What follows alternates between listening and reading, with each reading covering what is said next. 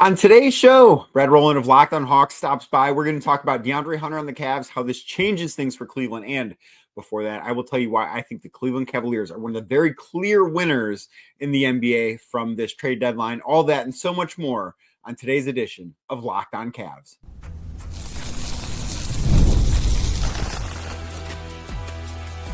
You are Locked on Cavs, your daily Cleveland Cavaliers podcast. Part of the Locked on Podcast Network. Your team every day.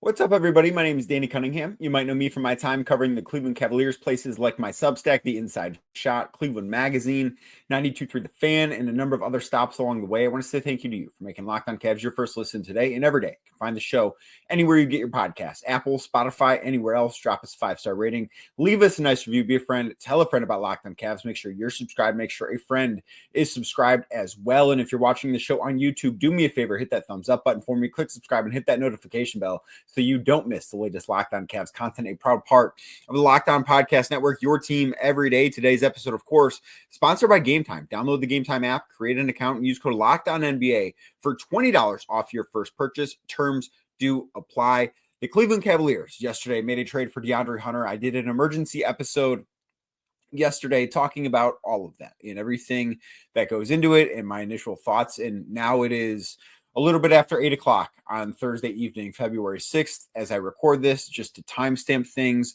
The trade has not yet been made official. There's not been an announcement by the Cavs, by the Hawks, by anybody.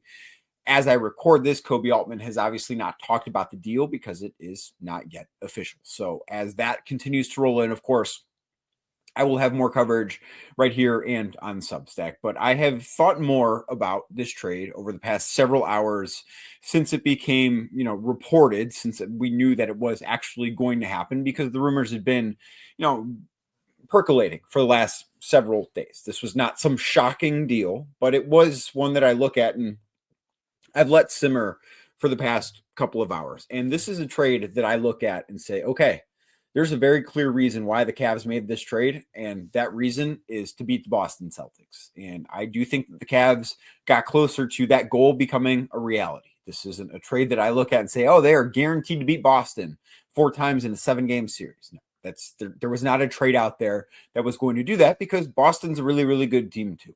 But the Cavs got closer to doing that because now they're a team that matches up better. And there was plenty of talk, I think, about the Cavs maybe having issues with teams that had a little bit more size and length on the wing than they did. I know that there was panic after the Cavs lost to the Atlanta Hawks twice. There was concern after they lost to the Houston Rockets twice. There's been concern after both games they lost against the Boston Celtics. I totally get that. And this is a move that should help alleviate some of that. I don't know if it alleviates all of that, but it should help to alleviate some of that issue. Now, does DeAndre Hunter make this roster of a bulletproof one? No, they're still not a perfect team. I don't believe that there is a perfect team in the NBA, and that's okay. I think that the Cavs now, in addition to being one of the best teams in basketball, I think they have one of the best rosters in basketball. And after the trade deadline, we know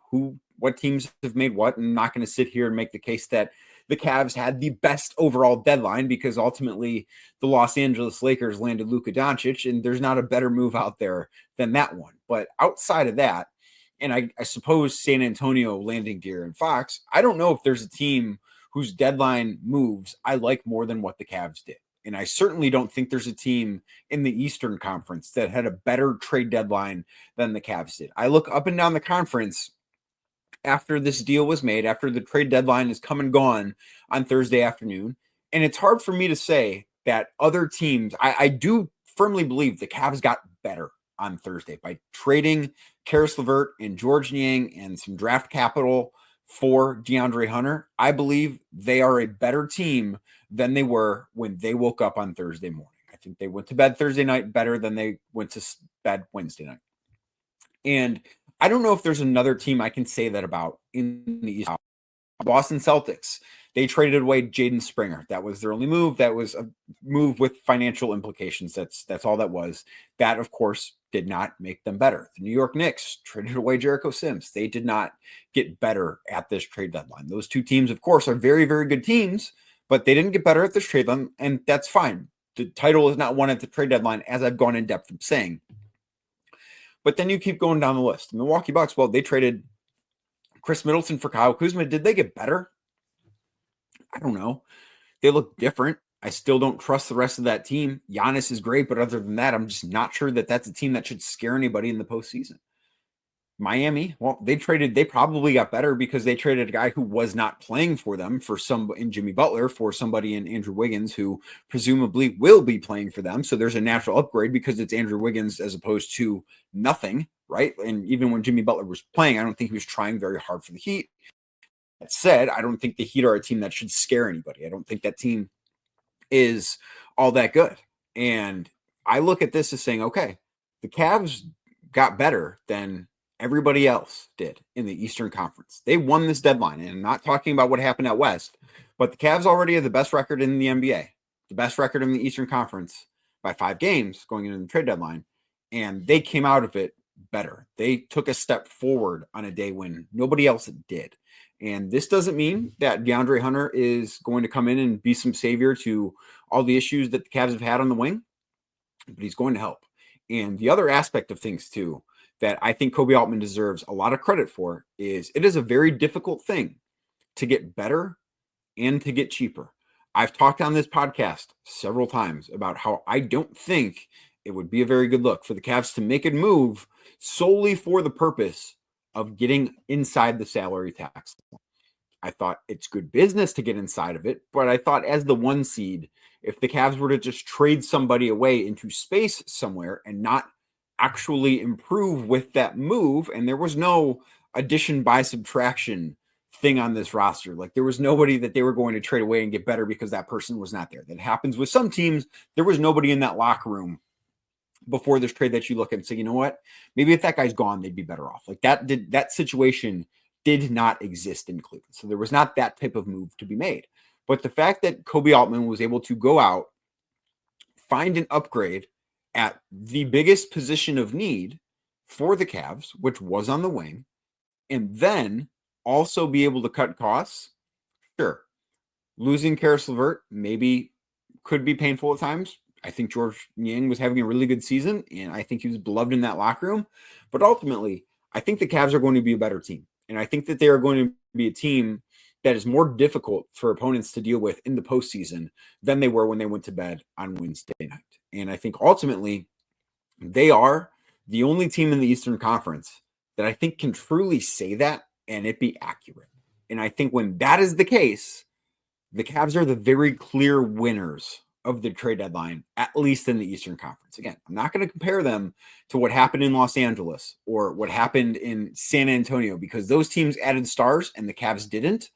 But for the Cavs to be 41-10 going into Friday's game in Washington and adding to their biggest position of need while also getting inside the luxury tax, I'm not sure how the Cavs could have had a better day than what they did on Thursday. So Brad Rowland of Locked On Hawks going to join me next. We talked a little bit earlier on Thursday evening about DeAndre Hunter. He has covered Hunter obviously for years. He does a great job down in Atlanta. He knows this guy's game. He knows more than I do. I have watched plenty of Atlanta Hawks games, but I have not watched as many Atlanta Hawks games as the guy who covers them on an everyday basis. So I thought he had a lot of insightful things to say. And I do think that I think you will probably feel a little bit better about DeAndre Hunter in this acquisition. Probably feel good right now. But if I had to guess, after listening to what Brad has to say, you're probably going to feel a little bit better about the Cavs acquiring Hunter. So that is straight ahead right here on Locked On Cavs. Today's show is brought to you by Robinhood. With Robinhood Gold, you can now enjoy the VIP treatment, receiving a 3% IRA match on retirement contributions. The privileges of the very privileged are no longer exclusive. With Robinhood Gold, your annual IRA contributions are boosted by 3%. Plus, you also get 4% APY on your cash in non-retirement accounts. That's over 8 times the national savings average. The perks of the high net worth are now available for any net worth. The new gold standard is here with Robinhood Gold. Receive your 3% boost on annual IRA contributions. Sign up at robinhood.com/gold. That is robinhood.com/GOLD. Investing involves risk, rate, subject to change. 3% match requires Robinhood Gold at $5 a month for 1 year from first match. Must keep funds in IRA for 5 years. Go to robinhood.com/boost. Over 8 times the national average savings account interest rate claim is based on data from the FDIC as of November 18th, 2024. Robinhood Financial LLC, member SIPC. Gold membership is offered by Robinhood Gold LLC. And now we bring in from Locked On Hawks, as well as a number of other places, Brad Rowland, who does a great job down in Atlanta covering the Hawks, who the Cavs, of course, made a trade with yesterday. DeAndre Hunter, as you know by now, a member of the Cleveland Cavaliers, and Brad has covered Hunter for the last several years. And Brad, I just kind of want to start with this, but what did you think overall of the deal that the two teams we cover respectively made on Thursday? Yeah, it's one of those, like, it's like a slow motion thing where it's like, all right, this might be happening. A couple days before we started to hear things and it was out there, and it's like, okay, if I got to, on my side, I got to the, okay, if they trade Hunter, I think it's going to be to Cleveland, but it was still an if, right? There's this slow unfolding thing, but yeah, you get there and look, it doesn't matter to your audience, but in Atlanta, the reaction was not very positive to this transaction, which probably doesn't surprise you. When the best player gets traded to the other team, doesn't usually go over well locally. But yeah, I think it made sense for the Cavs for sure. For where they are, they're obviously trying to win the title this season, which is not where the Hawks are at the moment. And for the Hawks, it takes some nuance, but I at least get what the Hawks are doing on some level with this trade. It's not one that I would have probably done if I was Atlanta, which might excite Cavs fans. That means that you won the trade, everybody. No, it's one of those things where at the end of the day, both sides could kind of say this makes sense for them. Right now, I see it from Atlanta side. I'm with you. I think it makes more sense if you're Cleveland side, but I think in a lot of trades, when you're a team that's in the middle and you trade away a player to a team that's in a win now position, it probably, and it's not as if Atlanta is going through a full blown teardown right now. So I do think it's easier to see things from the Cavs point of view than the Hawks point of view here. But what has DeAndre Hunter been so far this season? I know he's averaging a career high in points per game. I can watch him from afar, but I'm not going to sit here and act like I've seen every single game that the Hawks have played this year. I know he's had a good year, but what has that season been like for him? Yeah, I mean, the short version is that this is the best season of his career so far, and this is year 6 for Hunter. Part of that is that, like you said, it's his highest scoring season of his career, 19 points per game on really good efficiency. He shot the heck out of the ball this year. He's a real shooter. That is one of the calling cards for DeAndre Hunter. He was always a pretty good shooter, but I think he's taken a step forward from that and become, he's not Steph Curry, but he's a very good shooter. And that is a big part of his appeal, not only as a catch and shoot guy, but he can also get his own shot. He's not a great creator for other people. Like, he's definitely not a high-end passer. He's much more of a scorer, play finisher type, but he can take a 2-dribble pull-up. Like, he can get his own shot over somebody. He's not a singular, catch and shoot guy, which is very helpful. And then defensively, he's fine. He's not a plus defender, but he's been in situations where he's been asked to do that. In Atlanta, he's been asked to guard the team's best player on the other side. A little bit less so this year, which I think has actually allowed him to play better. Once the Hawks brought in Dyson Daniels, who actually is a stopper defensively, Hunter was allowed to not be that anymore, which is much more suited to his skill set. He's more of a secondary guy, but he is big. He's physical, 6'7", 6'8", 220. Not a great blocks and steals guy, never has been. Not like a playmaker defensively, but he knows where to be. He'll execute a scheme. That's the broad thing, but I think he's just playing very well. And there are questions about him, the durability, which I'm sure you'll probably ask me about at some point. That's a question for him for sure. Like, it's not always been the most durable guy. He's got a knee thing that's been there for a long time now, but since he came back in, I think it was like mid-November, he's been the best he's ever been in his career. And at age 27, that's not always the case for a guy like that.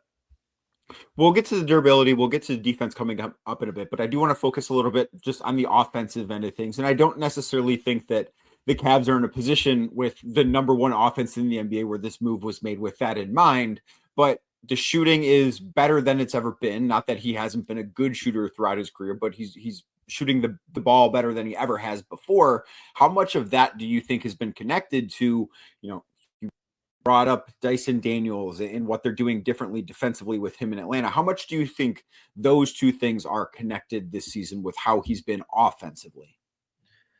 I think he is a success story for what the Hawks have tried to do. And I won't make this about the Hawks, but with Quinn Snyder, they've really been trying to get everybody to make quick decisions. DeAndre Hunter is not the most natural quick decision maker. Coming out of Virginia, he's someone who would catch and hold. Even as a personality, I like DeAndre. He's a nice guy. He's kind of dry on purpose. It's kind of a funny dry, but he's a very kind of dry, straight ahead guy. He gets fired up sometimes, but it's one of those things, and he kind of plays that way too. He's like, he would be very like contemplative, like he would be thinking about what he was going to do next, and he would do it, kind of thing. And this year especially, he's making much quicker decisions, and I mean that in every way. Quick swing pass, he's shooting more threes because he's not hesitating. He's catching and he's firing. Much more of that. Also a catch and attack a closeout. Like instead of maybe a couple of jab steps and take a contested mid-ranger, he's going right to the rim now. And he's not the greatest rim finisher in the world, but he can do that. He's a good athlete, straight line driver. He could do that. So I think a lot of it is credit to him for genuine improvement and buy into what I think the modern game, this is a very broad way of saying this, but the modern game asks of you as a perimeter player to be quick decision maker, take more threes. Like I think this season, you can see it in his profile, even with his numbers, career high 3-point attempt rate, career high free throw rate. Like he's doing the things that you want a guy like that to do, less mid-rangers, better shot profile, and then letting his talents kind of sing from there. And look, he's in Cleveland will be the same thing. I would imagine he's going to be a play finisher in Cleveland. They're not going to ask him to create offense for other people. He's going to make shots off other guys. And I think that's his best role. I think he's a scorer first as an offensive player, and he can kind of do that in Cleveland. Right. And the thing that I instantly thought of with what his situation was like in Atlanta versus what it will be in Cleveland is Trae Young. Like Trae has been one of the best play creators for everybody in the NBA. Leads the league in assists. Like he's having an awesome season as far as that goes. And we don't have to talk about his shooting numbers because this is about DeAndre Hunter, not him. But he's done a great job in terms of potential assists, like near the league lead. And my instant thought was, okay, well, maybe Darius Garland is not there in terms of the way that he is able to create for others. Donovan Mitchell is certainly not there, but I think that combined, having those two guys, one of which will always be on the floor with Hunter, like I do wonder if that is something that can help elevate his game and put him in even better positions to be that play finisher that you mentioned in Cleveland. Like that is the one thing that I look at and say, okay, well, he did this in Atlanta. How could that potentially go to the next level in Cleveland? Yeah, I think he's done a little bit of this before with DeJounte Murray and Trae Young, but DeJounte Murray is not either one of the guys that the Cavs have, for instance, and never really worked with Young and Murray either. It was kind of clunky always. It's a lot of your turn, my turn. I think that Hunter is in his best role, honestly, when he's in a little bit of a smaller role, which might sound counterintuitive because this year in Atlanta, he's been like the number 2 or 3 option most of the season, and he's having a great season, but it's mostly still in the he's kind of like not siloed in a bad way, but it's like, all right, DeAndre, you have to score for us now. It's been like the role he's been placed in this year. I think he's also very comfortable not being the main guy. I think he's fine with that. I think I'm actually intrigued to see the combination of what he's done this season, kind of polishing up his offensive skill set with quick decision-making, all that stuff, with a situation that's a little bit more favorable for his offense, because Trae is awesome, but it's really just been Trae. Jalen Johnson's been out for a while, and Hawks have been limited offensively in general. So I think Hunter will feast in that role. As long as the shooting continues, I think it still will. Like he might be for a little bit of regression from this season's 61% true shoot. That might be a little bit overzealous for what he's been in the past, but I definitely believe he could be above average in efficiency and do so on even when and also as a bailout guy. If you get an injury one night, a couple of your guys are down, it's back to back, he can go out and score 25 for you in that game. Like he's capable of carrying a bigger load when he needs to. So I think it's a kind of a pretty good situation for both him and the team. Why do you think that he's better suited or maybe more comfortable playing a lighter offensive role than being one of the main guys? I think he's just a little bit limited because he's not a great creator for other people. So if he's a number one or number 2 on the defensive scouting report guy, you can load up to him, and he's not going to be able to beat you with the secondary stuff. Like he's not an elite ball handler by any means. He's not a good passer, frankly, for a guy who has the ball in his hands that much. He can make simple plays for sure. It's just that he's not a high level creator. He doesn't like see the floor that way. He's much more of a straight ahead, even just the way he operates physically. It's a lot of straight line drives, not a ton of creativity. He can get a shot off in a mid ranger, like actually has a nice fadeaway.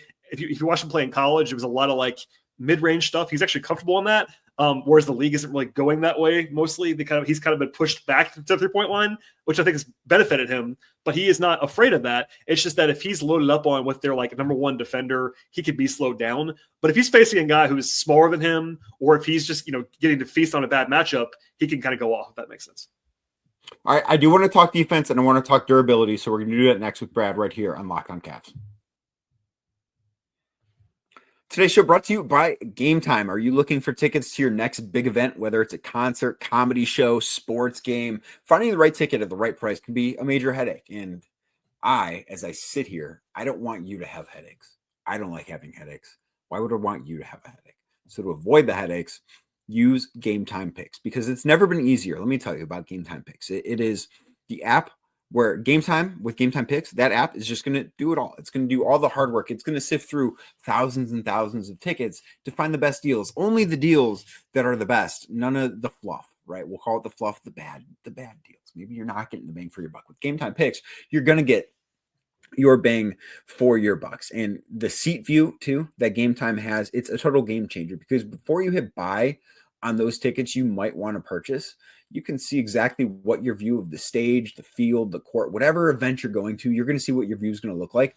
And for me, that's a big part of this. I want to take the guesswork out of buying tickets. So I use Game Time, because if you download the Game Time app, create an account, and use code LOCKEDONNBA, you'll get $20 off your first purchase. Terms do apply. Again, create an account, redeem code LOCKEDONNBA, LOCKEDON NBA for $20 off your first purchase. Download Game Time today. Last minute tickets, lowest price guaranteed.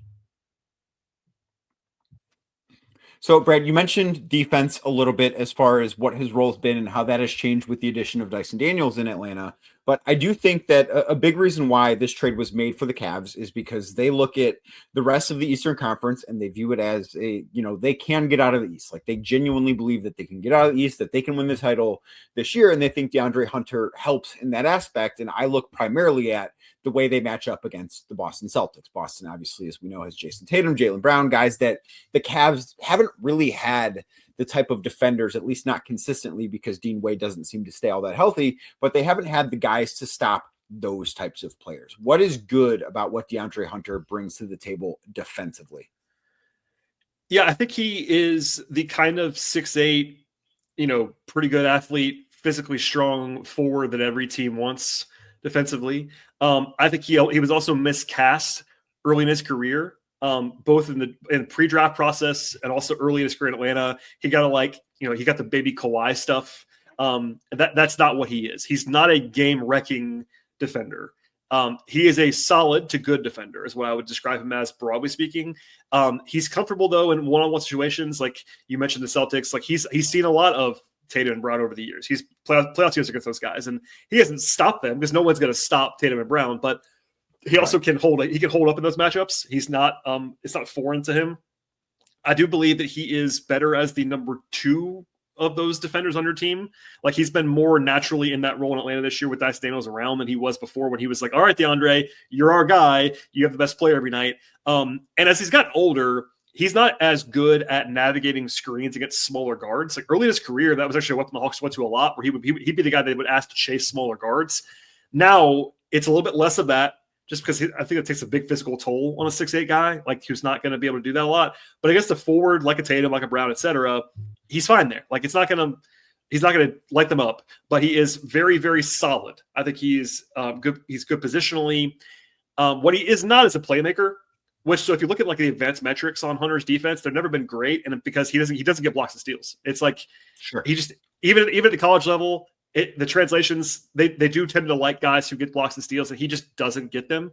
It's not that he can't, but he's just not an active playmaker defensively. He's much more of a, I'll be in the right spot, I'll get in the way, I'll be a very solid one-on-one defender, but he isn't gonna kind of be like the next level above that. That's like a game wrecker, if that makes sense. So he'll definitely help the Cavs in that pursuit. I would just caution to not like believe that he's suddenly going to be like a savior for your defense. He's more of a cog than a game changer, but he is a very useful cog if your weakness is to defending 6'7", 6'8" forwards, because he can really do that. Right, and I don't think that the Cavs defensively are in a position where they need a game changer per se. Yeah. Like they have Evan Mobley. Evan Mobley can can go out and can be that game changer, can be one of the best defenders in basketball. I think they need somebody on the perimeter that's a little bit better at defending some of those bigger wings that the Cavs are going to have to go through if they want to get to where they want to go.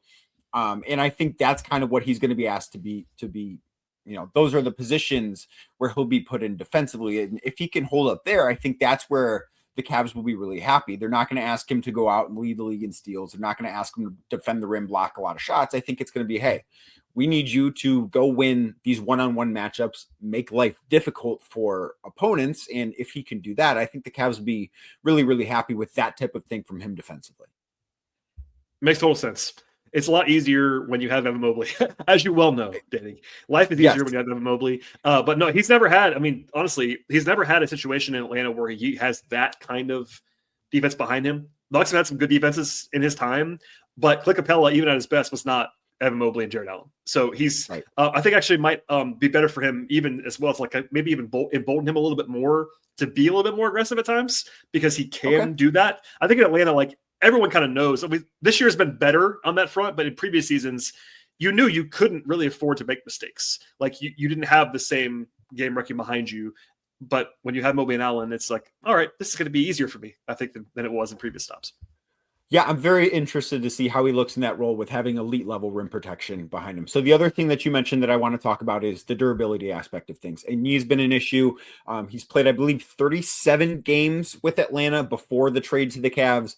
He's had years where he's played a lot of games. He's had some years where he hasn't played very many games. What's kind of the book on him in terms of like the health situation? Yeah, I mean, there's been some durability concerns for sure. It's his knees mostly. It's not a situation where it's like totally chronic, but it's also not one where there's some guys who have these like freak injuries and they'll break a wrist and they'll do it. It's really just been the knees for DeAndre Hunter. But that's also, is that better or is that worse? I'm not really sure which one that is. But this year it was his right knee. Last year was his right knee, but it's also been both of his knees at times. Okay. He's never been. It was his second season he missed, I think it was like 60 games, but he's always been in that like 50 to 65 game range. So it's not like he's never out there. This year he missed 10 games in October and November. But he's come back and, knock on wood for the Cavs. He's been healthy since then, largely. So it's not that he can't stay healthy or that he never plays, but I would say that it was at least a concern because with knees and stuff that's not necessarily chronic, but like something that's bothered you before, if it flares up, if it swells up, it's like, all right, what's going to happen here? Are you out for a week? Are you out for a month?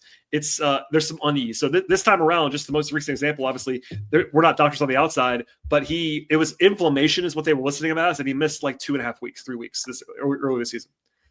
I don't know if they did anything. They never announced anything. You get the PRP injections, non-surgical procedure, all that fun behind the scenes medical stuff. But you can't.